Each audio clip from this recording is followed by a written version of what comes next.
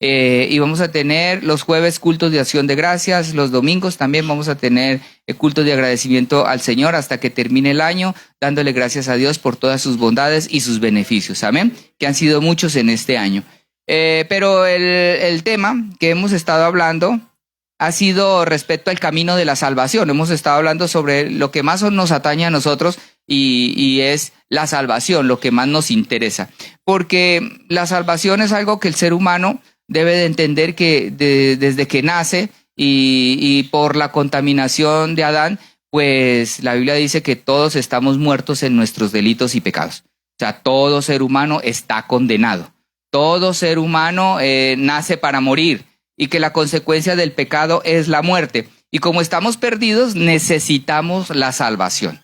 Todo ser humano que nace necesita la salvación de parte de Dios. Y necesitamos ser salvos porque al estar todos condenados, después de la muerte nos esperan cosas eternas. La Biblia habla sobre que la condenación es estar alejado sin la presencia de Dios, eso dice la Biblia, ¿no? Y al estar alejado de la presencia de Dios va a ser un sufrimiento eterno, ¿no? Y el Señor entonces nos ofrece una forma de salir de esa perdición, una forma de ser salvos, hablando de que Él tiene una puerta estrecha y un camino angosto. Y que mientras andemos por el camino ancho, pues por ahí andan la mayoría, que son los que se van a perder, amén. Entonces, hemos estado corrigiendo algunos temas doctrinales, porque muchos creen que la salvación es un momento y ya se acabó. Pero sucede que la salvación sí comienza con un momento. Y ese momento es cuando el Señor muere y resucita en la cruz. Ese es el momento en el que el Señor ofrece la salvación. Ahí comienza la salvación para toda la humanidad. En nosotros comienza cuando nosotros creemos que la muerte del Señor Jesucristo y su sangre nos limpia de todo pecado y que por su resurrección también nosotros seremos resucitados. Amén. Pero ahí comienza el camino. Porque cuando habla de una puerta es que todo tiene un inicio y tiene un final. Y entonces esto de la salvación tiene un inicio cuando nosotros entramos por esa puerta y ese camino y tenemos que caminar por él. Camino de santidad, dice la palabra del Señor. Y dice que es un camino de santidad que cualquiera, por más torpe que sea, no se va a perder. O sea que difícil, sí tiene sus dificultades, pero no se necesita ser tan inteligente para caminar por ese camino. Y al decir que necesita caminar por él, la palabra del Señor habla sobre la perseverancia, sobre mantenernos, sobre un conjunto de guías, digamos que podríamos ser como cuando uno va por una carretera y todos aquellos símbolos de tránsito que nos dicen por dónde ir y por dónde no ir. Entonces, todos esos caminos tienen a 60 kilómetros por hora. Y si se pasa de ahí, entonces le van a poner una multa. Y hay stop, ¿no? Y hay pares, y hay peatonales, y en todo camino tenemos señales. Y lo que el Señor hace con nosotros en ese camino es que nos dicen, ¿sabe qué? Yo les voy a dar a ustedes para que caminen por él, pero le voy a dar todas las señales para que ustedes lleguen bien, para que no se pasen los semáforos en rojo, ¿sí? Para que no adelanten por la derecha, para que, bueno, todas esas cosas que salvan vidas y que por esa causa, incluso por caminar por este camino mal, hay muchos accidentes y muchos muertos. Entonces, si en esta vida caminar mal nos lleva a perder la vida, a quedar inválidos, descerebrados y tantas cosas, ¿no? Lleve su seguro. Sí, le dicen a uno, no andes inseguro, no ponga a los niños adelante, porque si lo estrellan van a terminar los niños estampados contra el parabrisas. Y ni pidan oración, porque ¿para qué no obedecieron con la ley? No, sí, digo cosas así, porque uno desobedece y luego le pide a Dios que le ayude, ¿no? Cuando se le advierte, cuando se les ha dicho, no anden en moto con los niños, que se van a despapallar por ahí con niños y todo. Acaban hace un tiempito en este año, una señora con 3 niños mataron a la señora y a un niño, ¿sí? Entonces todo eso son peligros que el Señor nos avisa en este camino para que nosotros vivamos y vivamos bien. Amén. Y entonces por eso nos habla de un camino. Y ese camino, dice la palabra del Señor, que el Señor Jesucristo es la puerta de ese camino y también Él es el camino, la verdad y la vida. Amén. Entonces, hablando de todo eso, lo que dice es que para caminar en este camino, ya los veo conectados, sigan, todavía no he llegado. Para caminar en este camino, dice la palabra del Señor, ¿cómo es que debemos de caminar en este camino? Y es bien clara la palabra del Señor hablando de eso, cómo debemos de caminar en este camino. Primera de Juan 2, versículo 5. Comencemos a leer la palabra del Señor. Dice, pero el que guarda su palabra, en este verdaderamente el amor de Dios se ha perfeccionado. Por eso sabemos que estamos en Él. El que dice que permanece en Él debe andar. Entonces, ¿cómo debemos de andar por este camino de la salvación? Como Él anduvo. Y dice ahora, tenemos que vivir como el Señor vivió. Eso también dice la palabra del Señor. Entonces, andar como Él anduvo. ¿Cómo anduvo el Señor Jesús? Nos gusta la parte buena de andar como anduvo el Señor Jesús, haciendo milagros. Bueno, por eso mucha gente hace los cultos de milagros. El Señor Jesús multiplicaba los panes y los peces. Al Señor Jesús lo acompañaban las multitudes. Y esa parte de andar con el Señor Jesús nos gusta mucho. Solamente que ahora sí concentre con lo que les voy a decir. Solamente que hay un detallito que el apóstol Pedro nos enseña. Que en realidad andar como Él anduvo no solo significa echar los demonios, no solo significa que las multitudes lo seguían, no solamente significa los milagros, andar sobre las aguas y reprender las tempestades. Eso lo hacía Él. Pero cuando nos invita a nosotros a vivir como Él anduvo, a andar como Él anduvo, vamos a leer lo que dice literalmente Primera de Pedro 2, versículo 19. ¿En qué sentido es que lo está diciendo? Vamos a leer el primero, el 21, y luego nos devolvemos para darle sentido. Primera de Pedro 2, 21. ¿Encontraron? ¿Amén? ¿Me encontraron? Amén, ¿listo? Pues, ¿qué? ¿Para esto fuisteis qué? Bueno, listo. Entonces, primero que todo, aquí nos está haciendo una aclaración. Usted y yo hemos sido llamados para algo. El objetivo. Como cuando dice en el Antiguo Testamento, para esto hemos sido creados, para su gloria. Pero el llamamiento que el Señor nos ha hecho a usted y a mí a andar en ese camino tiene un objetivo, más bien varios. Entonces, para esto fuiste llamados, porque también Cristo padeció por nosotros, dejándonos ¿qué? Ejemplo, ¿para qué? Para que sigáis sus pisadas. Si seguimos las pisadas de alguien, quiere decir que nosotros vamos detrás de él haciendo lo mismo o siguiéndolo por este camino. Ahora, ¿qué significa seguir sus pisadas? Ahora devolvámonos a Primera de Pedro 2:19, 2 versículos atrás. ¿A qué se refiere que fuimos llamados y cuál es el ejemplo que nos dio y cómo es que debemos de vivir y seguir sus pisadas? Amén. Dice, porque esto merece aprobación. Si alguno a causa de la conciencia delante de Dios, ¿qué hace? ¿Qué más? Entonces ahí ya va la aclaración. ¿Sí ve que no está hablando de seguir sus pisadas haciendo milagros? Ni tampoco sacando los demonios, ni multiplicando los panes, sino aquí dice que seguir las pisadas del Señor Jesús es sufrir molestias padeciendo injustamente. ¿Sí o no? Bueno, no lo escucho el amén. Ahí, por lo menos diga amén, así dice. Podemos no estar de acuerdo, pero que dice, dice. Amén. Aclaremos. Porque bueno, sí que nos gusta el sufrimiento así mucho, no. Amén. Y luego dice, versículo 20, pues qué gloria es si pecando sois abofeteados y lo soportáis. O sea, está diciendo, mire, nosotros pecamos y nos metemos en problemas y por esa causa sufrimos.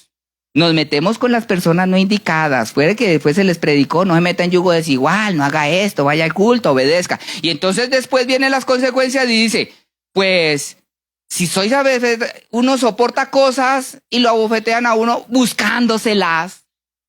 ¿Sí? Ahora dice, mas si haciendo lo bueno sufrís, ¿y qué más? Y lo soportáis, esto ciertamente es, eso sí le gusta al Señor. Por causa de Él, por causa del Evangelio, por causa de uno seguirle al Señor, ser abofeteados o sufrir o soportar. Amén. Y luego sí sigue el versículo que dice, pues para esto fuiste llamados, y dice que nos dejó ejemplo para que sigáis sus pisadas. Versículo 22 continúa, el cual no hizo pecado, ni se halló engaño en su boca. Ahora sí, seguir las pisadas del Señor Jesús es vivir de la siguiente forma, que cuando lo que ¿qué pasaba con él? No respondía con maldición. O sea, que es como cuando uno va en el carro, alguien se le adelanta, ¿cierto? Y entonces le frena a uno y le hace cosas, y además le hace señas por el espejo y todo eso. Y uno no saca la cabeza para maldecirlo también. Vida práctica, vida cotidiana. De todos los días saliendo de Valle de los Molinos. Que cuando lo maldecían, él no respondió con maldición. ¿Sí? Eso es seguir que mi esposa me respondió mal y me dijo que hijo de tú y de ella. Entonces usted no le responde con las mismas maldiciones. Así es seguir las pisadas del Señor Jesús. Amén. Que cuando lo maldecían no respondió de la misma forma. Y a eso es que se refiere. Y dice, que ¿qué más? Que cuando padecía no amenazaba. Te la voy a cobrar, ya ves lo que te va a pasar, chivo, este fin de semana, y va a ver. No, sí son amenazas muy comunes. Entonces no respondía con maldición. Ya ves, no sabe quién soy yo. Esa dicen cuando van en el carro, ¿no? No sabe quién soy yo, con quién está usted hablando, ¿no? Bueno, entonces no hablaba, no amenazaba, sino que encomendaba la causa al que juzga justamente, quien llevó él mismo nuestros pecados en su cuerpo sobre el madero para que nosotros, estando muertos a los pecados, vivamos a la justicia, y por cual herida fuisteis sanados. Entonces lo que dice la palabra del Señor es que esto es seguir las pisadas del Señor Jesús. Y está bien explícito, y puedo leer muchos otros versículos. Entonces, andar como Él anduvo es imitarlo a Él en sus sufrimientos. En lo otro no habla mucho. Fíjese que solamente eso lo habla cuando dice que recibiremos poder y que entonces oraremos por los enfermos y sean sanados. Eso dice la palabra del Señor también. Pero en cuanto a seguir sus pisadas, habla de imitarlo a Él en sus sufrimientos. Dice Efesios 5, versículo 1. Dice, ¿cómo imitarlo a Él y cómo andar como Él? A lo que se refiere en caminar este camino hacia la salvación. Dice Efesios 5, versículo 1. Sed pues, ¿qué?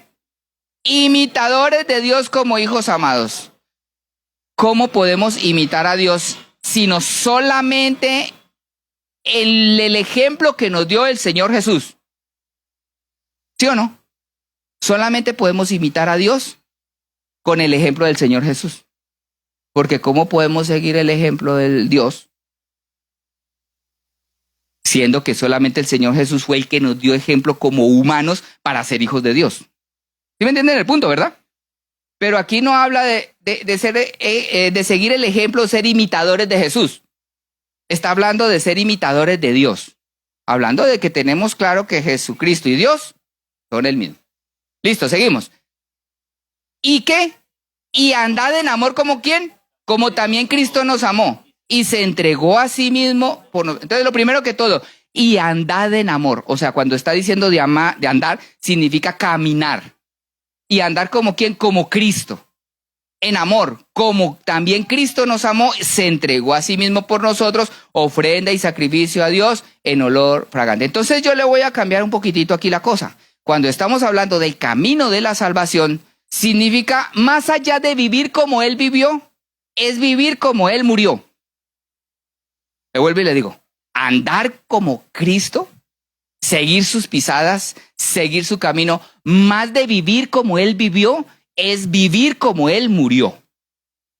Eso es lo que dice la palabra del Señor. Vivir como Él murió. Y esto nos lleva a cosas que dice el apóstol Pablo como Gálatas 2, versículo 20. Vivir como Él murió. Dice, con Cristo estoy juntamente. O sea, está diciendo Pablo, yo vivo en Cristo y con Cristo. ¿Se acuerda que él dice mucho que yo en Cristo? Bueno, pero Cristo está viviendo en nosotros, viviendo crucificado con Él. Listo, y dice, y ya no vivo yo, más vive ¿qué? Cristo en mí. Y lo que ahora vivo en la carne, lo vivo en la fe del Hijo de Dios, el cual me amó y se entregó a sí mismo por mí. Entonces, más allá de nosotros aspirar, bueno, porque hay mucha gente que le venden a los cristianos la aspiración de ser ricos porque nuestro Padre es rico, entonces yo también soy rico. Y fíjese que la palabra del Señor no está hablando de esa riqueza, por lo menos ahora. Está hablando de que nosotros vivamos como Él padeció y como Él murió, y con Cristo estoy juntamente crucificado. Y vivir crucificado, la verdad que Placentero, placentero en ninguna forma es. Ni siquiera en la forma que lo está diciendo de ejemplo, como lo está poniendo aquí. Con Cristo estoy juntamente crucificado. De eso es que habla Cristo en nosotros. Entonces, finalmente, vivir en esta vida como Cristo murió, significa también llegar el día en que vamos a morir como Cristo murió. Estamos hablando de la muerte literal. No solamente vivir, no dándole gusto a nuestros deseos de la carne, no solamente dándole de nosotros rienda suelta a nuestros placeres, sino vivir crucificando, dice la Biblia, la carne con sus pasiones. La carne con sus pasiones. Incluye la lista de las obras de la carne. No la voy a leer para no torturar a nadie. Bueno, pero incluye el cigarrillo, la cerveza, las caguamas y todo eso. Amén, amén. Amén. Listo. Pero entonces, cuando habla de también morir con Cristo, es que algún día nos va a llegar y algún día nos vamos a morir. Todos aquí. Y en esa muerte, en muchas ocasiones, van a ser en agonía como la del Señor Jesús. Bienaventurados los que mueren rápido y ni se dan cuenta. Bienaventurados. Pero como esos son escasos y poquitos, porque la mayoría mueren con grandes dolores, el cristiano debe morir como murió el Señor Jesucristo. A pesar de sus dolores, a la hora de la agonía y de la muerte, Él sufrió y siguió firme, aún sintiéndose solo, aún sintiéndose abandonado y aún sufriendo grandes dolores y haber sido torturado por todo el mundo. Bueno, de esto está hablando. Porque a la hora que llegue, Señor, ¿y por qué me dejaste solo? ¿Y por qué permites que yo sufra este dolor, Señor? Y yo creo que sí nos va a tocar porque el Señor Jesús también dijo eso. Entonces, a hablar de Él es que cuando él murió, le pusieron coronas de espinas y le dolía la cabeza duro. También que tuvo sed en esos momentos. También que en esos momentos se sintió solo y desamparado. Porque pues a la tumba nadie nos podemos llevar con nosotros. Y nadie va a poder, es que no me entiende por lo que estoy pasando. Nadie lo va a entender hasta que nos toque estar ahí. Y entonces, además estando ahí, lo más importante de todo, de morir como Cristo murió, es que estando en la muerte y en los dolores de la muerte, Él siguió siendo fiel a la labor que estaba cumpliendo y que estaba haciendo. No maldijo, siguió perdonando, perdónales porque no saben lo que hacen hasta el final. ¿Cierto? Hay unos que están en la final, están muriendo y ni así piden perdón. Tienen los familiares o esto y todavía siguen con su veneno y con su rabia. No, pues así no se puede uno morir. Porque además él no solo no estaba pensando en lo que le habían hecho, sino estaba pidiendo perdón por todos aquellos de todo lo que le había hecho. Y en su último aliento, morir como Cristo murió, él dijo algo muy importante. Lo más importante de la muerte de cruz es que cuando llegó dijo, consumado es. Y cuando está diciendo consumado es que está diciendo, mire, llegué hasta el final y cumplí el objetivo con el cual había venido. Cumplí, llegué. Triunfo, gané. En medio de la muerte gané. Eso es lo que está diciendo, consumado es. Se cumplió hasta el último momento, hasta el último objetivo de lo que él tenía planeado. Y entonces no solamente eso, sino dice, conseguí el propósito, el objetivo ha sido logrado totalmente. Y por eso entonces el apóstol Pablo enseña lo mismo. Morir como Cristo murió significa llegar al momento en que le tiene que entregar uno la vida al Padre, en tus manos entrego mi espíritu, y poder decir uno, Señor, hasta el último momento, en este momento entrego porque me voy contigo, Señor. Estoy seguro de mi salvación y cumplí hasta el último momento la misión que me has dado. Predicar su evangelio, ser fiel, perdonar, vivir en angustia en muchos momentos, pero ser fiel a Él en todo momento, hasta el último aliento. Y entonces eso nos da el mismo ejemplo también del Señor Jesucristo, pero el apóstol Pablo, o sea que no es el único, esto es doctrina. Porque por eso dice el apóstol Pablo en 2 de Timoteo 4, versículo 7. ¿Qué dice? 2 de Timoteo 4:7, el apóstol Pablo cuando se acercaba a la hora de la muerte, dice algo porque lo tiene que escribir mientras está vivo, porque mientras estaba muerto nadie lo escribió.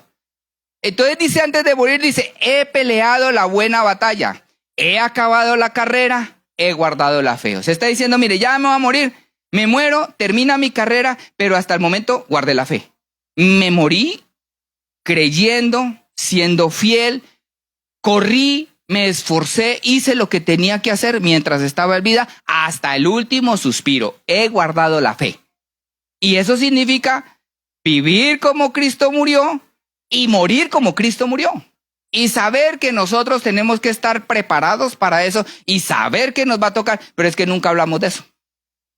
Que algún día nos va a tocar, nos va a caer una enfermedad de las malas y de las más malas, pero de algo nos va a tocar. Y hasta en esos momentos tenemos que tener la mentalidad que el día que llegue, Señor, en ese día ayúdame, Señor. Ayúdame a permanecer, porque sabemos de gente que ha pasado esos momentos difíciles y en esos momentos han negado la fe. Han perdido la cabeza. Han perdido su fe, se han angustiado y han renegado. No, cómo es injusto esto, pero hay otros que hasta se enojan porque se les muere otra persona. O sea, entonces se enojan y bueno, al fin y al cabo la persona le entrega el alma al Señor, pero el enojado es otro. Entonces ni nosotros nos podemos enojar por el otro que se va, ni podemos enojarnos porque nosotros nos vamos y nos toque duro. Porque que la muerte no le hace pasito a nadie.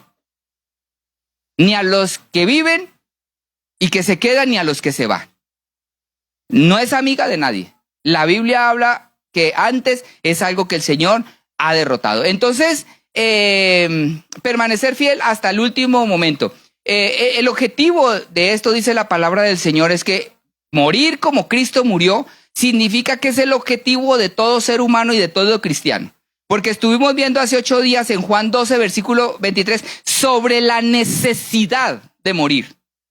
¿Por qué y para qué? O sea, no es solamente que nos morimos y ya nos vamos con el Señor y todo se acabó, sino la promesa después de la muerte o el objetivo por el cual el Señor deja esta enseñanza. Dice, Juan 12, versículo 23. Jesús le respondió diciendo, ha llegado la hora para que el Hijo del Hombre sea. Fíjese que el Señor habla sobre la muerte como el momento de su glorificación. Y si nosotros morimos como Cristo murió, es el momento de nuestra glorificación también. Amén. Sigamos leyendo. Jesús le responde, de cierto os digo, que si el grano de trigo no cae en tierra y muere, queda solo. Pero si muere, o sea que para dar fruto, ¿qué hay que hacer? Hay que morirse. Somos un grano, decíamos hace 8 días, un grano de trigo. O sea, somos nada. Un pedacito así de chiquito es un grano de trigo. Pero esa cosa ese grano se echa en la tierra, le cae agua y crece y sale un montón de trigo para mucho pan. Pero no hay pan sin enterrar el trigo. Y así lo mismo nosotros. No hay alimento, no hay forma de dar fruto, no hay forma de que nosotros seamos transformados en lo que Dios quiere que seamos, que nos multipliquemos y seamos algo grande y glorioso, que dé mucho fruto, sino hasta que nos muramos. Mientras tanto, aquí nos toca sobrevivir. Sobrevivir para su honra y para su gloria, manteniéndonos en este camino a pesar de los sufrimientos. Pero el día glorioso está después de que el grano de trigo es entregado y el Señor está diciendo de él. Y dice, el que ama su vida, entonces aquí es donde llega la conclusión del Señor Jesús, el que ama su vida la perderá y el que aborrece su vida en este mundo para vida eterna la guardará. A otro versículo que leímos, ni carne ni sangre heredará el reino del cielo. Eso hay otro versículo que dice, no hay forma que esta carne herede esta carne. Lo que está dentro, porque eso pasa con el trigo. El trigo tiene un conjunto de información genética. Que usted siembra trigo y le sale trigo, no le salen frijoles. Nosotros somos ese grano de trigo, chiquitos, pero la información que recibimos de su palabra es la información parecida a la genética, que va a hacer que eso crezca lo que el Señor ha sembrado en nuestras vidas. Amén. Hasta aquí solamente era el recorderis de todo el tema. Pero entonces lo que le quiero decir es que el Señor, hablando de esto, llega a una conclusión. El que ama su vida el que ama su vida y el que aborrece su vida en este mundo para vida eterna la guardará. Y entonces propone algo que parece una contradicción. Parece que no hay forma uno de decir, el que aborrece su vida, el que ama su vida la va a perder. y el que aborrece su vida en este mundo va a tener vida eterna y la va a guardar, ¿no? Entonces, algo contradictorio, parecería. Entonces, pero en la palabra del Señor no hay contradicciones. Lo que hay en la palabra del Señor, y eso sí consta, es que lo que sí hay son paradojas. Y ahora sí voy a comenzar la enseñanza. Hay una gran diferencia entre entre una contradicción y la paradoja. La contradicción, para que ustedes sepan qué es una contradicción es una afirmación que es falsa porque contiene dos ideas que no pueden coexistir. Ahorita les explico. Eso es una contradicción. Decir dos cosas que son opuestas. Una contradicción es una afirmación que tiene lógica imposible de que se cumpla. O sea, es falsa, es imposible de que se cumpla y que está totalmente opuesta a la otra y que se puede demostrar con evidencia de que no es posible que eso suceda. Eso es una contradicción. Esto que está aquí en la palabra del Señor, que el que quiera salvar su vida lo perderá, no es una contradicción. Parece una contradicción, pero se puede probar que sí es posible. Ahorita lo vamos a probar. Entonces, esto de la contradicción viene de dos palabras, de una palabra en latín que tiene dos contenidos, que una es contradicción, que significa oposición, y diciere, que significa decir, es decir, algo que se opone. O sea, la misma palabra contradicción significa algo, una afirmación que se opone. Decir algo que se opone.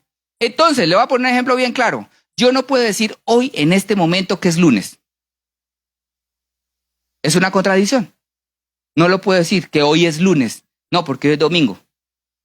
Entonces, hoy, en este lugar, en este momento, hoy es domingo. Esa es la afirmación. Pero si yo digo que es lunes o es sábado, como dicen los niños, yo me fui mañana. Sí, los niños comienzan así y dicen contradicciones, ¿no? Entonces, eso es una contradicción. Entonces, uno puede decir cosas contradictorias, si hay gente que dice cosas contradictorias, que uno puede probar que son falsas. Por ejemplo, México es el país más poblado del mundo. Eso lo podemos comprobar que es falso.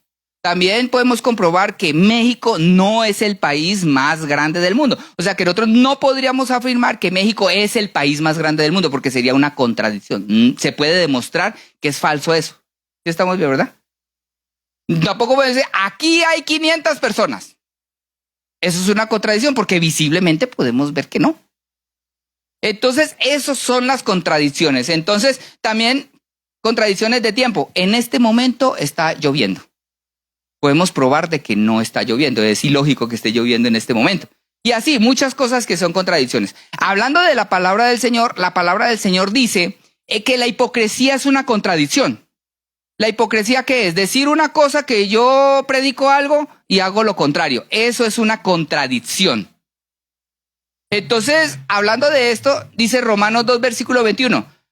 Una contradicción, dice la palabra del Señor. Tú pues que enseñas a otro, ¿no te enseñas a ti mismo? Tú que predicas, que no se ha de hurtar, ¿qué? ¿Hurtas? Eso es una contradicción. Casualmente eso pasa mucho en el mundo cuando uno no da buen testimonio. La gente le dice, usted vive en una contradicción. ¿Sí? Y es verdad. Es verdad. Listo. Luego el Señor Jesús habla mucho de los fariseos, sobre todo en San Mateo 23, versículo 25. Bueno, en Romanos 2, 22 dice, tú que dices que no se ha de adulterar, y tú que abominas a los ídolos cometes sacrilegio. O sea, abomina a los ídolos, lo dice, pero al mismo tiempo está adorando ídolos. Mateo 23, versículo 25. Ay de vosotros, escribas y fariseos, hipócritas, porque limpiáis lo de fuera del vaso y del plato, pero por dentro estáis llenos de robo y de injusticia. Fariseo ciego, limpia primero lo de dentro del vaso y del plato, para que también lo de afuera sea limpio. Ay de vosotros, escribas y fariseos, hipócritas, porque sois semejantes a sepulcros blanqueados, que por fuera la verdad se muestran hermosos, mas por dentro están llenos de huesos de muertos y de toda inmundicia. Si hay gente así, a mí me ha tocado unos, aleluya, gloria al Señor. En la casa aparecen unos leones con la esposa y los... ¿no? Y la santidad en un lado y eso me consta. Listo, sigamos. así también vosotros por fuera a la verdad, le decía a ellos, mostráis justos a los hombres. Se muestran justos a los hombres, pero por dentro estáis llenos de hipocresía e iniquidad. Entonces, esos son contradicciones, ¿verdad? Ahí quiero decirle, la palabra de Dios no se contradice. Lo que tiene la palabra del Señor y lo que sí hay mucho en la Biblia son paradojas. Y ahorita les voy a decir por qué vamos a llegar a la paradoja. Me lo voy a adelantar. Nosotros tenemos que aprender a vivir en la paradoja. En el camino del Señor, tenemos que vivir muriendo. Eso es paradoja. Y vamos para allá. Entonces seguimos. Entonces, en la palabra de Dios no hay contradicciones, sino hay paradojas. ¿Qué es una paradoja? Es una afirmación o situación que parece contradictoria. Encontramos en la Biblia cosas que parecen contradictorias. Pero aquí dijo Pablo esto y allá lo dice al revés. Parece contradictoria. ¿Listo? Entonces parece contradictoria o absurda a primera vista, pero que es verdad y que tiene un significado profundo tras un análisis cuidadoso. Lo que significa una paradoja es que es una o dos afirmaciones que parecen contrarias, pero que estudiando profundamente y revisando más a profundidad, encontramos que podemos constatar que es verdad. ¿Qué es lo que falta? Análisis, profundidad para encontrarle sentido a las paradojas. Por ejemplo, voy a poner una paradoja de las comunes no bíblicas. No me vayan a juzgar. La voy a usar porque, ¿sabes? Por ejemplo, hay una que dice, si quieres paz, prepárate para la guerra. Si quieres paz, prepárate para la guerra. ¿Por qué? Porque cuando hay situaciones conflictivas, al malo no hay forma de que se vuelva bueno, sino que siempre va a ser malo y con abrazos no va a cambiar, no va a funcionar.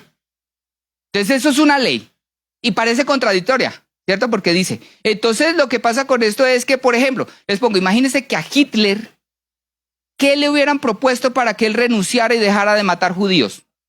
Si se quería apoderar del mundo. La única forma de sacarlo fue invadiéndolo, bombardeándolo y haciendo la guerra, porque no hay más. Eso pasa porque el que es malo, enchamucado, diabólico, no va a cambiar. Ese se muere así.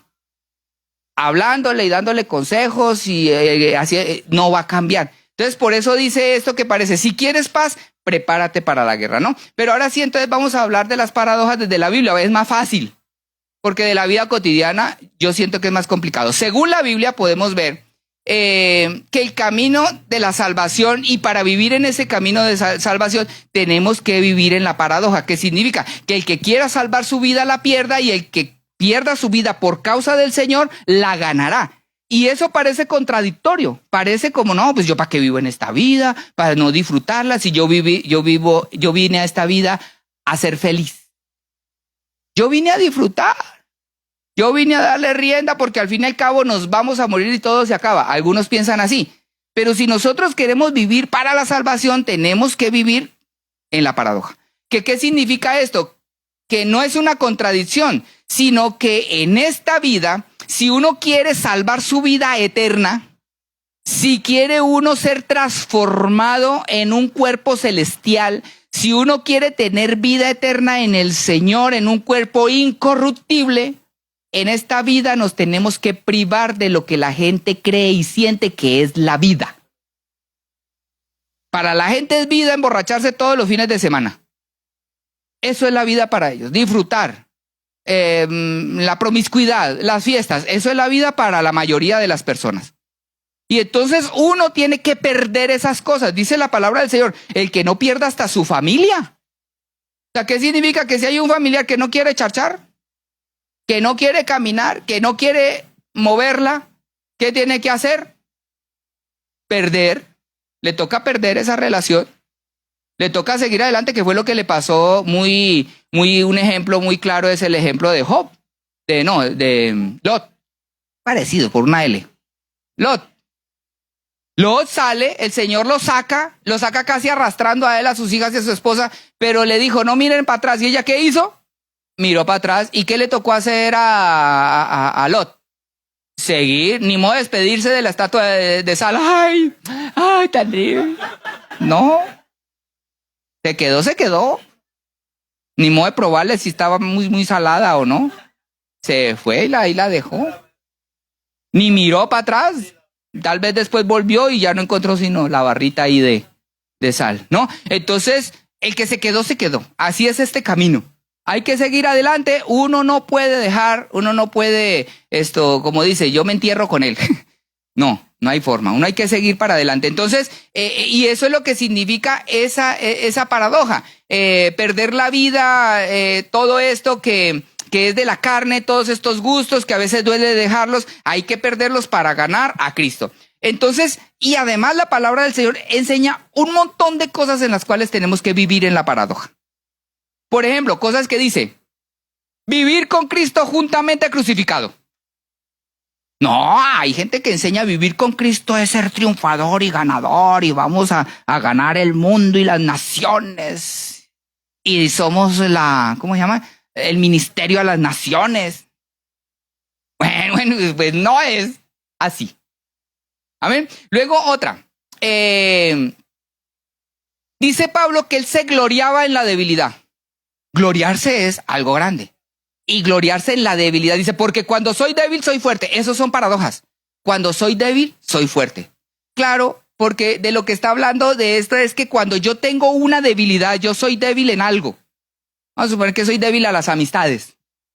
Yo soy débil, de pronto alguien es débil porque tuvo en su vida pasada alguna debilidad, lo cual lo esclavizaba. Pero cuando el Señor, no por él, por su esfuerzo, sino que el Señor lo libera de ahí, esa debilidad se convierte en fortaleza.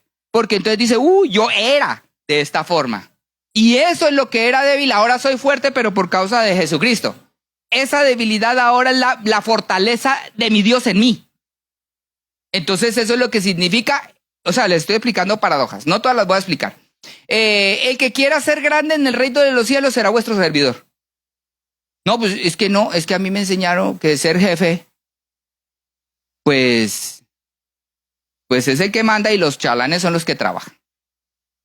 Y eso uno lo comienza a aprender. Yo trabajando me pasó una vez, subí a una persona a coordinador. Ganaba 15,000 pesos y lo subimos a coordinador por 25,000. Y entonces cuando yo llegué a la empresa, pues el hombre estaba en su oficina trabajando y tal. ¿Y qué pasó? ¿Y sus escuelas? ¿Y sus clientes? No, pues los muchachos. ¿Cómo que sus muchachos? A ver, aquí está su listado de escuelas. Usted tiene que responder no por una cuota completa, pero por la mitad, si vayas a trabajar. No, y entonces, ¿cuál es la gracia de ser jefe? Pues que hay que trabajar doble. Ahora le toca ir a atender sus clientes y además tiene que seguir con sus... No, ya me quería renunciar. No, yo así no trabajo, me dijo. O sea, ¿qué pasó? Él no quería servir. O sea, él quería solamente mandar, ¿no? Yo soy aquí el jefe, yo aquí los chalanes. Y así hay pastores. No me meten eso. Listo, seguimos. Pero ya me meto en problemas ahí. No meter. Listo, entonces dice, hay otras. Libres del pecado, pero esclavos de la justicia. Yo pensé que yo salía de la esclavitud del pecado a ser libre y yo poder pecar y hacer todo lo que quiera porque ya Cristo me salvó y me limpió todos los pecados pasados, presentes y futuros.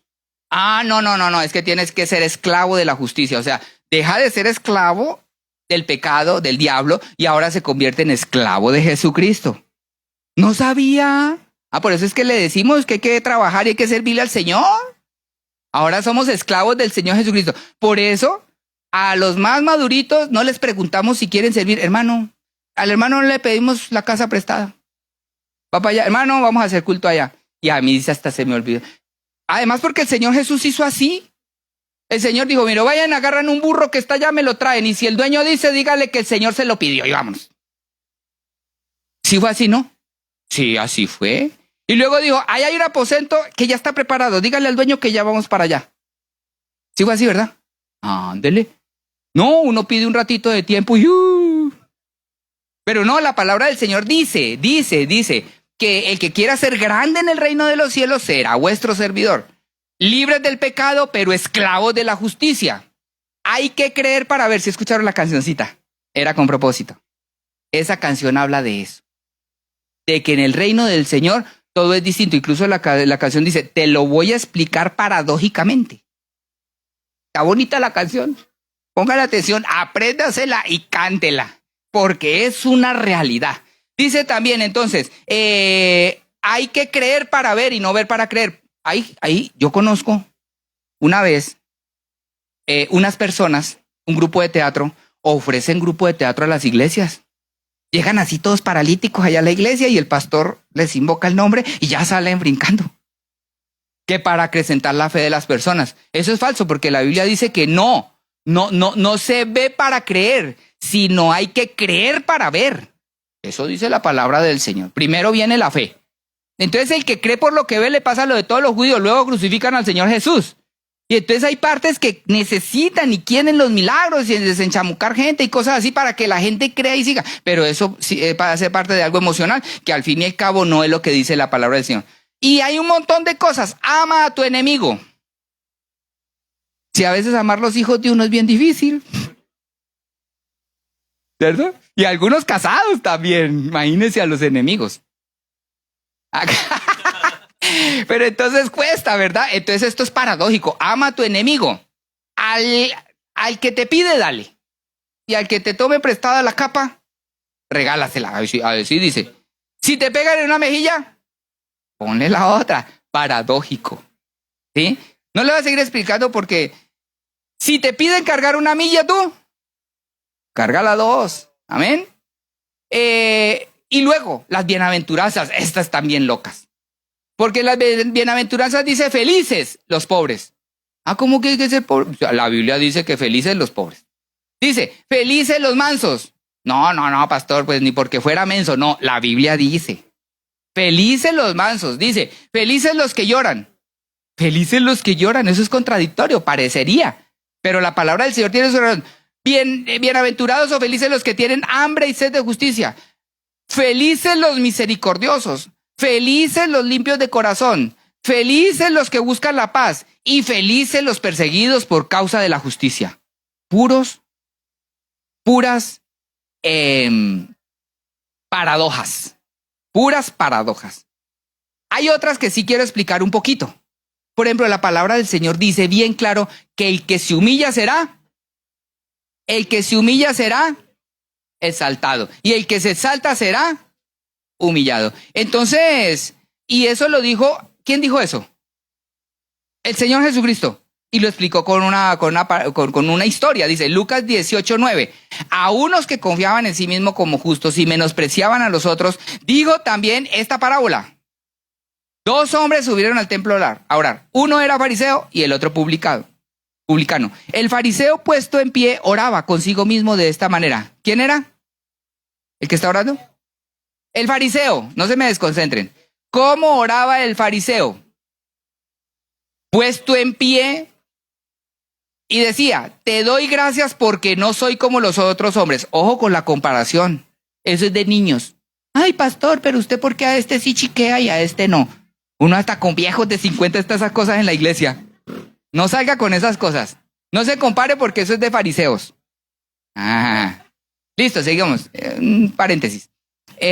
Dice, te doy gracias porque no soy como los otros hombres, ladrones, injustos, adúlteros, ni aún como este publicano. Ayuno 2 veces a la semana, doy diezmos de todo lo que gano. Mas el publicano, estando lejos, no quería ni aún alzar los ojos al cielo, sino que se golpeaba el pecho diciendo, Dios, sé propicio a mí pecador. Y luego concluye el Señor Jesucristo hablando de la paradoja. Os digo que éste descendió a su casa justificado antes que el otro. Porque cualquiera que se enaltece será humillado, y el que se humilla será enaltecido. Dice también la palabra del Señor que antes de la caída viene la soberbia. Eso yo lo he visto muchas veces. Este ya se cree. Cuando viene la soberbia, está cerca la caída. La persona se comienza a sentirse muy acá. Viene y trácatela. Se le acaba. Porque antes de la caída viene la soberbia. Listo. Luego otro. Este es importante también, porque estas están en la canción. Dice, el que da, recibe. Luego, ¿sí saben cómo agarran? Esa me la contó mi papá. Dicen que en el monte, ¿cómo es que agarran a los changos? Dicen que les ponen adentro una banana en una jaula y le hacen un hueco. Y él mete la mano y agarra la banana y por el hueco no cabe sino solamente la mano, no más. La puede cerrar y tirar. Entonces el monkey mete la mano, agarra la banana y se traba y se muere ahí y se deja agarrar porque él no suelta la banana. Así hay muchos. No sueltan, no abren la mano. Y como no la abren, pues tampoco les llega. Y eso no lo estoy inventando yo, eso dice la palabra del Señor. Hablando de en el reino de Dios. Dice la palabra del Señor en Lucas 6:38. Búsquelo. Lucas 6:38. Dad y qué, y se os dará. ¿Cuánto? Medida buena y qué, y apretada, remecida y rebosando darán en vuestro regazo. Porque con la misma medida que medís, ¿qué? Y fíjense que esto de dar, en el contexto de lo que está ahí, no estamos hablando de lo económico, sino está hablando, por ejemplo, del que da juicio. El que juzga a otro mucho, así da mucho juicio, así mismo va a recibir.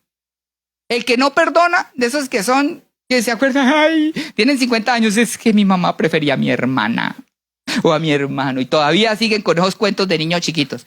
Ese que no perdona y que no da perdón, ese también dice, con la mara que mediste, van a medir. O sea, el Señor ahí tiene la regla del Señor, no solamente la de él, es la que nosotros le pongamos. Porque con la mara que tú mides, con esa te van a medir. Y está, dad y se os dará. Tú das broncas, tú das heridas, tú das rencor, tú das amargura, palabras fuertes. La Biblia del Señor da y se os dará medida buena y rebosada. Te van a dar, pero bastante. Apunte. Y el que da amor, el que da perdón, el que tiene misericordia, ese también recibe también medida buena y apretada. Ahora sí, vámonos a lo económico. Dice, Proverbios 11, versículo 24. Hablando del dar. Estamos hablando de paradojas, vivir en la paradoja. Así se vive la vida cristiana, en paradoja, no en contradicción. Hay quienes reparte, ¿y qué? O sea, en el reino del Señor el que reparte, Dios le da más. Dice, y hay quienes retienen más de lo que es justo, pero vienen a pobreza. El alma generosa, ¿qué? Será prosperada. Y el que saciare, ¿qué pasará? Él también será saciado. O sea, es el mismo principio de dar y se os dará medida buena y apretada y abundante en vuestro regazo. Porque lo que decían era que alguien que de pronto iba a pedir algo en el regazo era, pues ellos tenían unas túnicas largas. Entonces agarraban la túnica, se la levantaban y le llenaban ahí la túnica de puro arroz, vamos a suponer. O trigo. Amén. Entonces dice, el alma generosa será prosperada y el que saciare, él también será saciado. El que acapara el grano, el pueblo lo maldecirá, pero bendición será sobre la cabeza del que vende. Listo. Otra paradoja. Gozo o felicidad en medio de las aflicciones. Eso dice la palabra del Señor. Dice, Romanos 5, versículo 3. Y no solo esto, sino que también, Romanos 5, 3, ¿lo encontraron? Amén, amén. Y no solo eso, sino también nos gloriamos en ¿qué? En las tribulaciones, sabiendo que siempre en el cristiano las tribulaciones, las angustias tienen un propósito. La gente en el mundo sufre sin propósito. No les sirve para nada su sufrimiento, solamente para empobrecerlos y cada día entristecerlos más. Pero los hijos de Dios tienen tribulaciones y angustias, pero Dios tiene un propósito en esas tribulaciones. Dice que eso produce algo en la vida, o sea, algo le va a generar a la persona. Dice, ¿qué le produce? La tribulación produce paciencia. Entonces la persona, a través de la tribulación del sufrimiento, recibe la paciencia. Y la paciencia además produce otra cosa, ¿que produce qué? Prueba. Y la prueba produce ¿qué? Esperanza. ¿Y la esperanza qué? No avergüenza, porque el amor de Dios ha sido derramado en vuestros corazones por el Espíritu Santo que nos fue dado. Ahí lo dejo porque esto es toda una predicación. Listo, seguimos. Muchos no entienden cosas de la palabra del Señor porque encuentran estas paradojas y tienen un pensamiento muy superficial. Y recordemos que la palabra paradoja significa creer en algo que no tiene el sentido común. ¿Y qué es el sentido común? Lo que la mayoría de la gente comúnmente cree. Eso es lo que significa sentido común o creer en el común de las personas. Las paradojas rompen eso. Se salen de lo común, de lo que creen la mayoría. Y ese fue el problema que tuvo el pueblo de Israel, que eso también lo hemos estado hablando. ¿Qué pasó con Israel? Esperaban al Mesías prometido. Y ese Mesías, la palabra Mesías significaba salvador o libertador. Entonces ellos esperaban al Mesías, al libertador, y cada vez que llegaba alguien que los quería liberar, decían, este es el Mesías. Y entonces llega el Señor Jesús diciendo, yo soy el Mesías. Yo los vengo a libertar. Y ellos dijeron, uy, este es el rey prometido. ¿Qué esperaban ellos según el común del pensamiento? Que un libertador, ¿qué hace? Saca su ejército y va a la guerra. ¿Te acuerdas la paradoja que si quieres la paz haz la guerra? Bueno, eso pensaban ellos. Entonces ellos estaban esperando que el Señor Jesús hiciera una revolución. Y más cuando contrata a uno de sus apóstoles y era guerrillero. Era revolucionario, uno de ellos. Entonces, este va a hacer la guerra. Incluso por eso Pedro estaba entrenado en la espada. Él era de los buenos. Era D'Artagnan. Era bueno para el machete. Y cuando vinieron a apresar al Señor, él saca el machete y ¡zas! Le tira a cortar la cabeza al otro, porque él estaba esperando al libertador. Ahora que se armó esta revolución, ahora sí nos vamos a la batalla. Y por eso sacó la espada. E incluso algunos dicen que Judas también pensaba igual, que él quería era un revolucionario. Y pensó que entregando al Señor Jesús se iba a armar la revolución, porque la gente lo iba a defender. Y no le salieron las cosas y por eso se suicidó, porque pensaba carnalmente, en el común, en lo de la mayoría. Entonces ellos creyeron en eso, pero llega el Señor Jesús, el Salvador, el libertador prometido de Israel, y hasta los apóstoles esperaban eso. Acuérdese que el día que subió el Señor Jesús al cielo, lo último que le preguntan, ellos no esperaban la esperanza. Señor, ¿restaurarás a Israel en este tiempo? Señor, ¿harás la revolución y vas a ponernos de reyes antes de que tú partas en este tiempo ahorita? ¿Nos va a tocar a nosotros ser reyes ahora? Acuérdese que una mujer se le acerca al Señor, Señor, yo quiero que cuando vengas en tu reino, no era después de 2000 o 3000 años, no.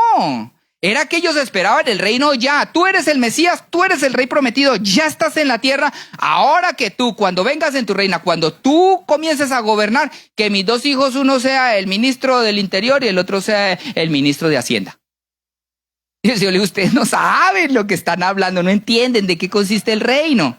Y entonces lo que hace el Señor es que lo que quería el Señor Jesús de ellos no era que fueran libertarlos del yugo de Roma, ni quería libertarlos a ellos y hacerlos líderes políticos mundiales, sino le quería libertarlos de la mente, del corazón y del espíritu. Porque eran esclavos, eran y son corrompidos y asesinos. Se mataban entre ellos. Las mismas viudas las desposeían, se cobraban impuestos entre ellos, puras maldades. O sea, no se sabía quién era peor, si Roma con los judíos o los judíos entre ellos mismos, porque se daban entre ellos con todo. Iban a apedrear a una mujer, pero al hombre no lo apedreaban.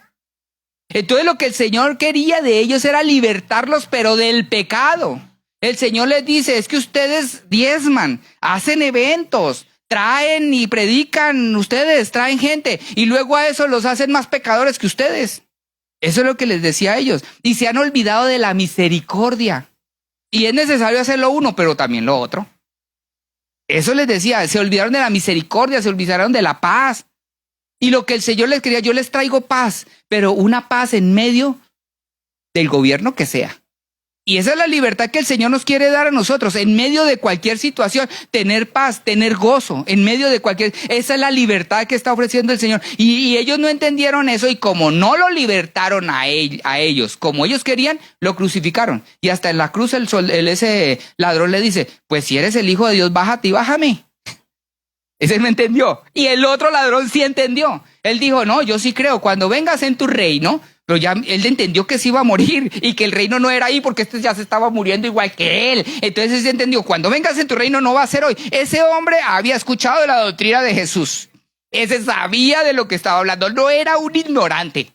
Ese que estaba en la cruz no era cualquiera. Ese sabía. Ladrón, pero mire, sí había escuchado al Señor Jesús. Le dice, llévame. No te olvides de mí cuando estés en el paraíso. Le digo, y el Señor le dijo, hoy mismo estarás en el paraíso. Entonces, ese sí entendió la paradoja, entendió que no era ahí donde iba a recibir el premio, sino en el más allá. Entonces, muchos no entienden y entran en incredulidad porque no profundizan en la paradoja, sino se quedan en la contradicción. ¿Pero por qué dice aquí y por qué dice allá? Entonces, pueden entrar en la incredulidad, todos aquellos que están buscando la existencia de Dios. Entonces, quieren probar la existencia de Dios en un taller de física o química. A ver, que se manifieste y yo quiero ver para creer. Bueno, entonces entran en contradicción. Ellos no pueden entender, no entienden los propósitos de Dios, ni quieren, porque lo quieren meter a Dios en su lógica, en su mente chiquita de hormiga. Cuando no entienden la grandeza de Dios y no entienden que si algo parece contradictorio, Dios tiene un propósito ahí y lo que hay que hacer es profundizar, amén. Entonces, ellos quieren probar el universo desde diferentes puntos de vista y no desde que Dios lo creó. No lo quieren entender, no lo quieren ver, sino lo quieren ver a su manera. Incluso, y aquí hay algo importante que les voy a decir, que este es un paréntesis, incluso hay cristianos que les pasa lo mismo. Hay cristianos, incluso movimientos, a lo largo de toda la historia, que quieren explicar la existencia de Dios y quién es Dios desde cosas lógicas humanas y no desde la grandeza de Dios y el poder de Dios. Y eso hay muchos, pero les voy a decir uno y el más importante de todo, es que Dios es uno en esencia. Dios es un solo ser, porque además eso dice la palabra del Señor. Y nosotros no podemos, para poder explicar la paradoja, ponerle palabras que contradicen literalmente lo que Dios dice en su palabra. Entonces, que Dios es uno, oye Israel, el Señor nuestro Dios, el Señor es un solo ser. Eso es lo que dice el original. Uno es, lo traducimos a nuestro diccionario, pero lo que dice la palabra del Señor, oye Israel, el Señor nuestro Dios, el Señor es un solo ser. Un solo ser. Y entonces al decir eso, entonces lo que quiere decir es que Él es un solo ser en número y en esencia. Porque en ese tiempo no habían números fraccionarios, esos se inventaron después. Los números fraccionarios, 1/2 más 1/4, la unidad para ellos era única. No existían las divisiones de la unidad, ni la teoría de los sistemas, que es que todo está hecho de partes. Eso es nuevo. Y es nuevo de ahorita hace poco la teoría de los sistemas, donde todo se hace por medio de partes. Pues sabemos que ese proyector tiene partes, tiene un foco adentro, tiene un cascarón, tiene el cable de corriente y todas esas partes hacen una máquina. Pero Dios no es una máquina, ni es un proyector ni una computadora para que nosotros expliquemos y llevemos la contraria. Lo que dice literalmente la palabra del Señor es que Él es un solo ser y que antes de Él no fue creado otro Dios, ni lo será creado después de Él. Contradiga eso. Uno no puede contradecir lo que dice la palabra del Señor. Lo que tendemos que entender es que Dios sea uno, es una paradoja que tiene todas las posibilidades de probarse porque Él es Dios y tiene poder para hacerlo. Entonces entramos en paradojas. Ay, pastor, pero ¿qué pasó ahí cuando el Señor fue bautizado y se oyó una voz del cielo que dijo, este es mi Hijo amado, y bajó la paloma, que era el Espíritu, y se posó, y entonces estaba el Señor Jesús? Pues ahí hay 3. 3 es número para nosotros. Pero en el poder de Dios, dice la palabra del Señor, y leamos Juan 3, versículo 13. Ahora vamos a leer desde la lógica de Dios, no de nosotros. Desde la paradoja. Aquí hay una paradoja en la cual vamos a entender cómo sucede la cosa y quién es Dios y cómo es Dios. Y no lo voy a entrar a explicar porque es un estudio largo, pero quiero que usted se quede con este versículo. Juan 3:13, leámoslo todos. Nadie subió al cielo, sino el que descendió del cielo, el Hijo del Hombre que ¿qué? Pero ¿y dónde estaba? ¿Con quién estaba hablando ahí? ¿Con quién estaba hablando? Con Nicodemo. Entonces, ¿dónde estaba físicamente? Con Nicodemo en la tierra. En esta, allá en Israel. Y estaba con él. Pero él le dice, nadie subió al cielo, sino el que descendió del cielo, el Hijo del Hombre, que estaba hablando con él, pero que al mismo tiempo estaba en el cielo. Es una paradoja. Pero ¿sabe qué? En él sí se puede esa paradoja. Es posible, no es una contradicción, porque él no es humano. Nosotros no podemos estar en 2 lados al mismo tiempo. No podemos, él sí. Y entonces él estaba con Nicodemo y estaba en el cielo al mismo tiempo. ¿Cuál es el problema de que él esté en el cielo y le diga, él es mi hijo amado y haga 3 cosas al mismo tiempo? ¿Cuál es el problema de que Dios se pueda convertir en una zarza? ¿Y cuál es el problema de que Dios se pueda convertir en una columna? ¿Y cuál es el problema de que Dios se pueda... Deja de estar en el cielo él porque está ahorita, se convierte en un ángel para hablar con Abraham? No, porque él es Dios, lo llena todo. Esas son paradojas. Y no podemos entrar con palabras humanas y a explicar con nuestra lógica humana cosas que son profundas de Dios. Este es el gran misterio, dice la palabra. Es un gran misterio. El gran misterio de la piedad. Dios fue manifestado en carne. Dios fue manifestado en carne.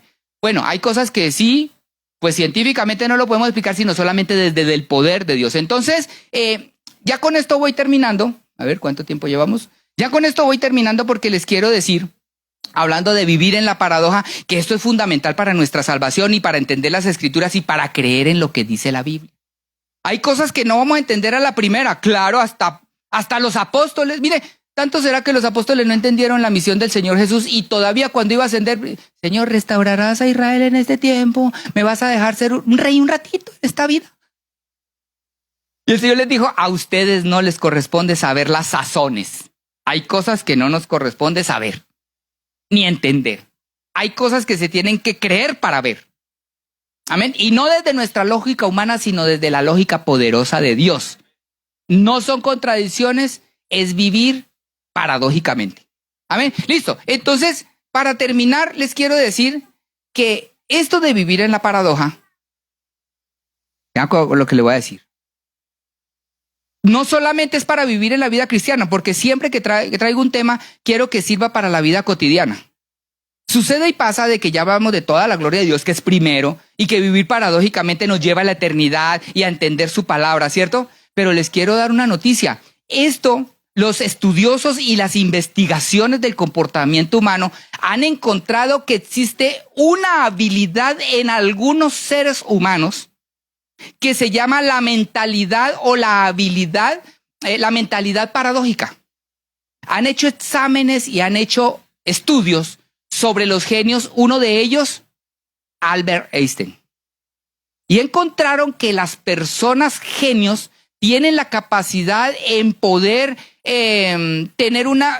vivir una vida en su complejidad y no solamente ver la vida de una forma simple. La paradoja es ver algo complejo que tiene 2 conceptos que parecen contradictorios, pero que son verdad. Y eso es difícil de entender para el común de las personas. Eso es lo que estamos diciendo. Pero en los genios se ha comprobado que tienen esa mentalidad paradójica. Búsquelo por internet, mentalidad paradójica, ¿qué es? Y hay estudios reales, estadísticas, que han hecho los investigadores. Porque sucede que las empresas quieren gente con mentalidad paradójica. Que a un problema le encuentren muchas soluciones y no le encuentren muchos problemas a la solución. Que ese es el problema. Sí pasa, ¿no? Pasa, ¿no? La gente se quiere casar con alguien, con un hombre o una mujer que solucione, no que esté trayendo problemas a la casa. Que saque adelante la familia. Una mujer que en la casa no se encasille. Ay, es que no pude, se fue la luz, se fue el gas, Dios mío, ay, me comí. Depresión. Mentalidad paradójica. Fíjense que ahorita lo estoy aterrizando en nuestra vida cotidiana. Ya para la salvación, ahí queda. De veras. Pero esto nos sirve a nosotros de tener una visión diferente. El Señor, que es Dios, nos está diciendo, vivan de esta forma. Es paradójica, pero esto los va a salvar. Si ustedes abren su mente, si ustedes caminan muriendo, van a vivir perdonando, van a ser perdonados. Padre, perdona nuestras ofensas, así como la oración. El Padre nuestro tiene su paradoja. Perdona nuestras ofensas así como nosotros perdonamos a los que nos ofenden. No perdona a los que nos ofenden, no te voy a perdonar. Básicamente, ¿no? Paradoja. Y el Señor si el Señor en su camino nos está enseñando, yo les quiero como la cerecita del pastel. ¿Quiere vivir bien? ¿Quiere salir adelante en muchos aspectos de la vida? Abra su mente a vivir paradójicamente. Entonces, han encontrado que estos genios adoptan una perspectiva con aparentes contradicciones.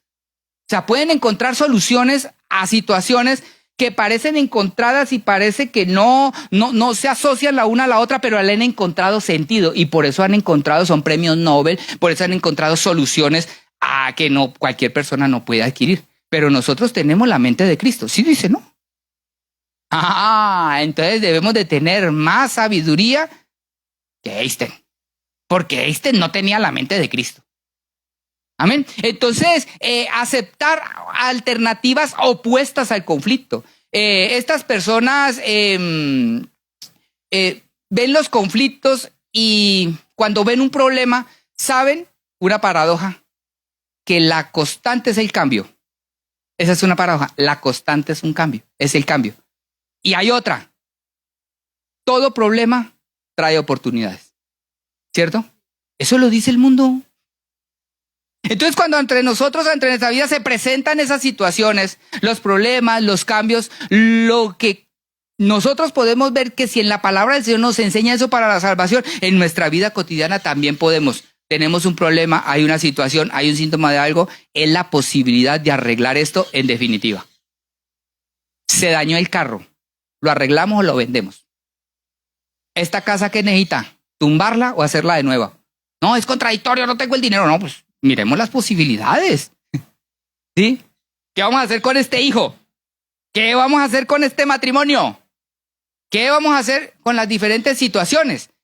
Oportunidades. Si el Señor dice que a través de las aflicciones llegamos a la paciencia, ¿qué propósito tiene Dios aquí? Vamos a examinarlo. Tal vez no tiene lógica para nosotros, pero Dios tiene un propósito ahí. Entonces, aceptar eso, porque cuando nosotros pasamos mucho tiempo quietos, pasamos mucho tiempo sin cambios, pasamos en la rutina, eso trae a nuestra vida, se llama estancamiento. Y cuando hay estancamiento se acaba el oxígeno. Y cuando no hay oxígeno, el agua se pudre. Y cuando el agua se pudre, se muere todo lo que hay dentro. Pero cuando el agua corre y se estrella contra las piedras, entonces esa agua agarra el oxígeno, agarra vida, produce la naturaleza produce vida y entonces alimenta peces y hace muchas cosas. Y así es nuestra vida a veces, andamos tropezados, eso sentimos que la vida se estrella contra una parte, se estrella contra la otra, pero en medio de esos estrellos el Señor tiene propósitos para nosotros. Eso sí lo vemos como una oportunidad, como que viene de Dios, porque los que aman a Dios, todas las cosas les ayudan a bien. Otra paradoja. Amén. Entonces, de esto es de lo que estamos hablando. Entonces, yo les digo, hermanos, tenemos que abrir nuestra mente a los caminos del Señor, a vivir de esa forma que parece contradictoria, pero que nos trae salvación. Y que también si en nuestras situaciones, en nuestra vida, yo les invito a que abramos nuestra mente también. Y el Señor nos va a sacar adelante si confiamos en Él y si no estamos pensando en todo el tiempo en las contradicciones. En que esto no resulta porque esto es contrario a lo otro. Abramos nuestra mente y veámosle la posibilidad al asunto. Y seguramente el Señor ahí tiene la respuesta. Pongámonos de pie, démosle gracias al Señor por su palabra. Pidámosle al Señor que Él sea ayudándonos. ¿Cuál es su problema? Señor, estoy de acuerdo en abrirme a todas tus posibilidades. Lo que usted ha contemplado que no es una posibilidad, piénselo hoy. No, es que eso no es una posibilidad. No, es que hacer esto no, eso no, téngalo, ábralo, tal vez sí. El Señor lo revelará, el Señor lo mostrará. Lo que parece eso que no parece imposible, pero que puede ser una opción. Oremos al Señor en esta hora y pongámosle delante de su presencia nuestras vidas, que el Señor sea ayudándonos a vivir en esta paradoja. Señor Jesucristo, gracias te damos en esta hora por tu palabra. Te pido que tú seas obrando en cada uno de nosotros, Señor, que tú seas abriendo nuestra mente, Señor, que tú nos abras, Señor bendito, nuestra inteligencia, Señor, en esta hora. Ábranos, Señor bendito, y ayúdanos, Señor, para ver todas las alternativas y poder vivir en esta vida que tú nos has llevado, Señor, para poder perder, para ganar, Señor bendito, para poder nuestras vidas ponerlas a tu servicio, Padre Celestial, para poder creer en lo que dice tu palabra, a pesar de lo difícil, a pesar de lo que parezca, Señor bendito, de imposible, Señor. Te pedimos en esta hora que tú seas obrando en nosotros para que podamos creer que tenemos un Dios eterno y poderoso, Señor, que puede hacer milagros, que tiene todo el poder, Señor, de decirnos por dónde caminar y qué hacer y qué decisiones tomar, Padre Celestial. En tus manos estamos, manos, Señor. Nuestras vidas están en tus manos, Señor. Guíanos, Padre Celestial, y ayúdanos. En el nombre de Jesucristo, la honra y la gloria es para ti. Amén. Gloria al Señor. ¿Se acuerdan de la cancioncita, hermanos? Cantémosla de nuevo, aprendámonosla.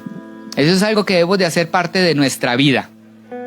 Cuando estaba preparando yo este mensaje, yo ya hace meses, es más, todo el resto es la predicación para llegar a esta conclusión, pero no me acordaba de la canción, me acordé hasta hace como 15 días, y dije yo, ay, pues si hay una canción que hable de esto, y entonces me acordé, es una canción viejita, tal vez el ritmo no es tan moderno, pero es una canción que nos habla sobre cómo vivir nuestra vida.